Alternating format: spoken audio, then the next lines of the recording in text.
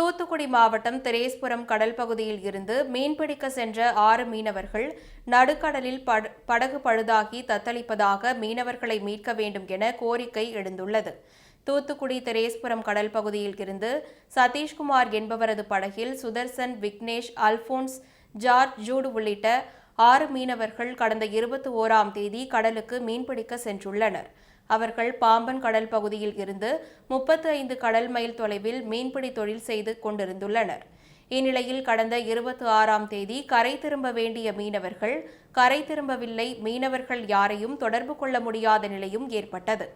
இந்நிலையில் காணாமல் போன மீனவர்களை தேடும் பணியில் தூத்துக்குடி திரேஸ்புரம் கடற்பகுதியில் இருந்து 3 நாட்டு படகுகளில் மீனவர்கள் சென்று நடுக்கடலில் தேடும் பணியில் ஈடுபட்டு வருகின்றனர்.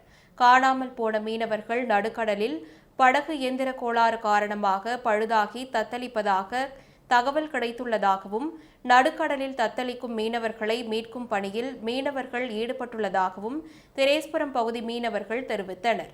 தத்தளிக்கும் மீனவர்களை மீட்க மாவட்ட நிர்வாகம் மற்றும் கடலோர பாதுகாப்பு படையினர் உடனடியாக நடவடிக்கை எடுக்க வேண்டும் என மீனவர்கள் கோரிக்கை விடுத்தனர்.